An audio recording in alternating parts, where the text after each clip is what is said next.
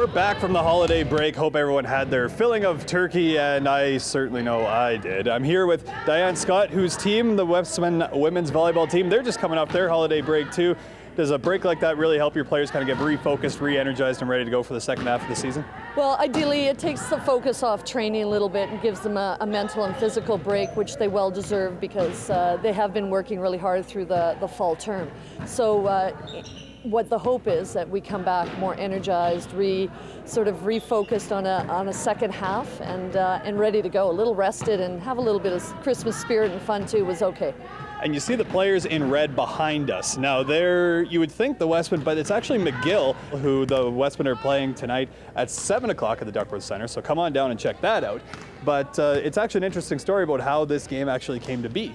Back in September, Rochelle Beliveau, the coach of McGill, called me and asked if they could come and spend a few days with us, do a little bit of training and sort of help each other reboot for the second half. And we certainly jumped right on that.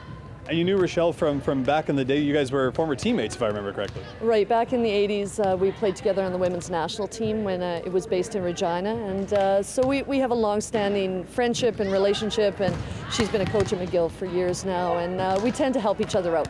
Any friendly wagers on the game? Well, ideally, I'm always bets around the Wesmen.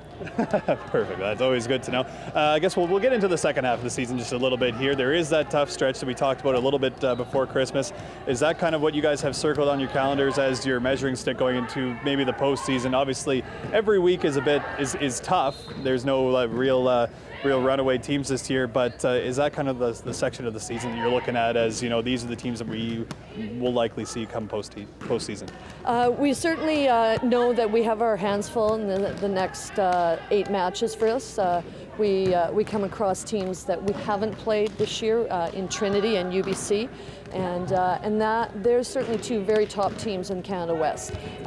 The advantage of that in our second half is we've taken care of a lot of business in the first half, coming away with a 10-2 record going into Christmas, so that made it certainly more comfortable for us to come into the second half and still focus one match at a time on our ultimate goal, which is to qualify for playoffs. So we've given ourselves a nice position. So that's Wesmen versus McGill, 7 o'clock, Duckworth Center. Come on down, check that out. And hey, if you want to check out the Wesmen schedule, wesmen.ca is your place to go. For Shaw TV, I'm Mitchell Clinton.